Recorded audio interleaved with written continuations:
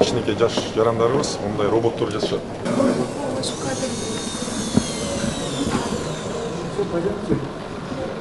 Азыр бул роботту программа жазып эле, чтобы сиз менен саламдашып койсун депчи.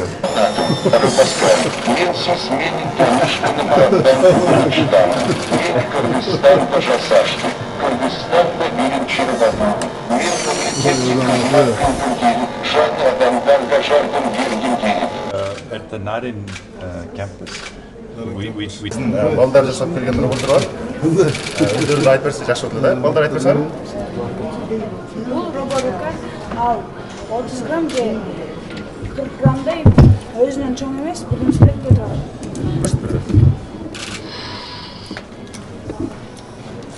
Да, булар балдар ошо Леганын основасында жашашкан да, бул жактан компьютерден программа жашап. Компьютерден Өзү жашкан. Өзү Точно заводдордо баягы машиналарды курат эмеспи? Автоматический. Ошондой нерселерди бул сактап да. 20 и больше прав. Работает она при помощи джойстика.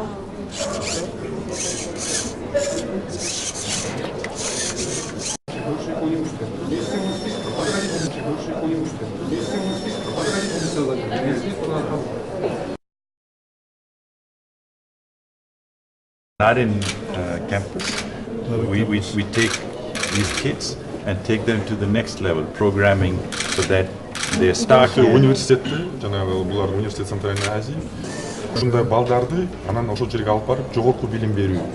Ар кайсы ушул багыттарда биз ошол жерден билим берүүгө баягы шарттар түзүлгөн.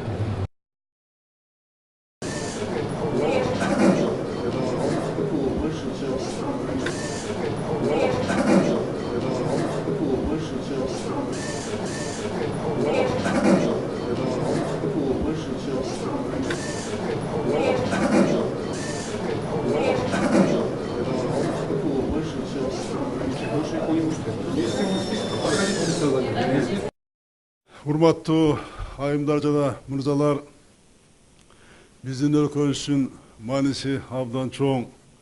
Бүгүнкү конференцияга катышып жаткан бардык конокторго, меймандарга, сиздерге ысык салам айтам. Кымбаттуу коноктор, IT тармагынын интеллектуалдык лидерлери, компаниялардын жетекчилери, биздин жергебизге кош келиңиздер.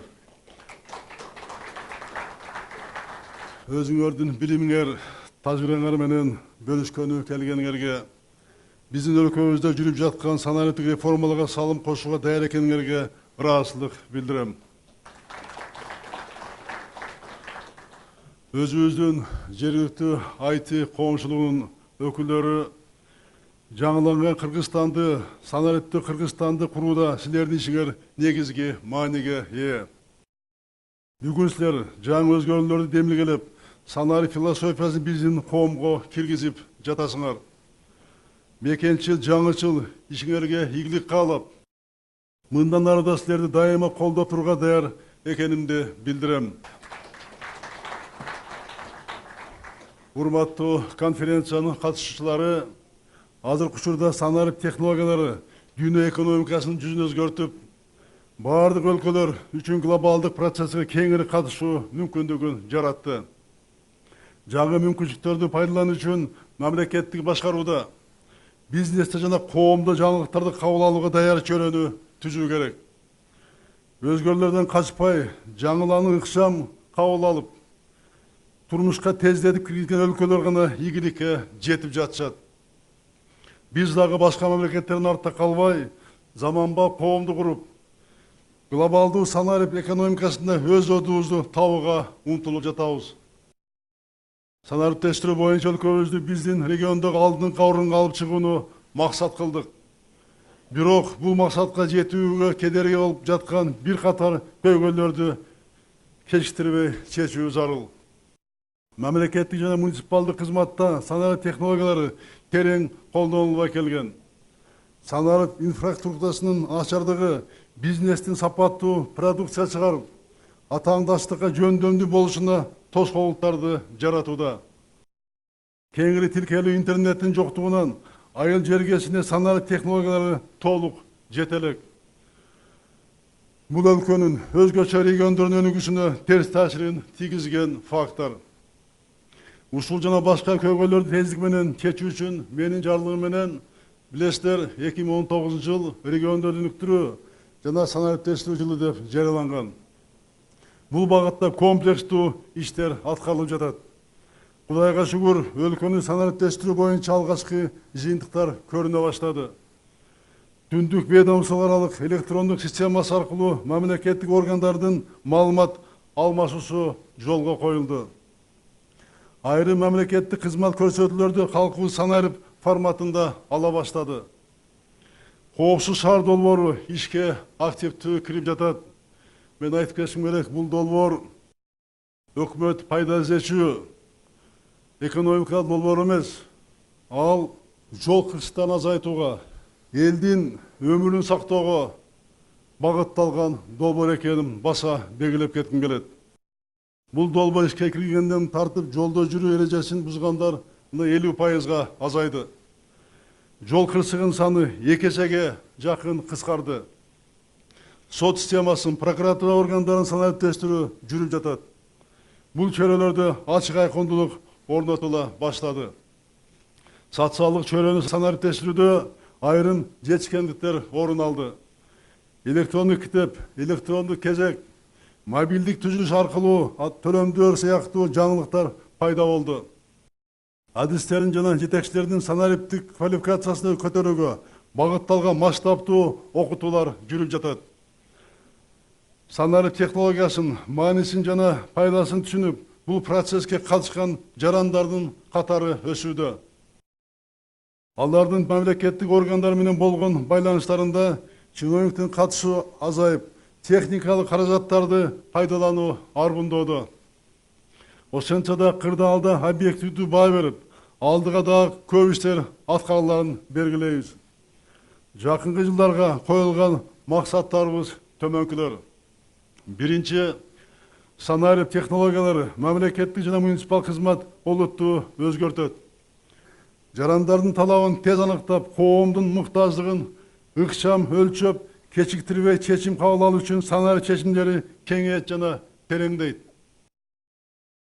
Чечимдерди кабыл алуунун айкындыгы, жарандар менен болгон байланыштын ачыктыгы жана ыкчамдыгы санарип аркылуу жаңы деңгээлге чыгат.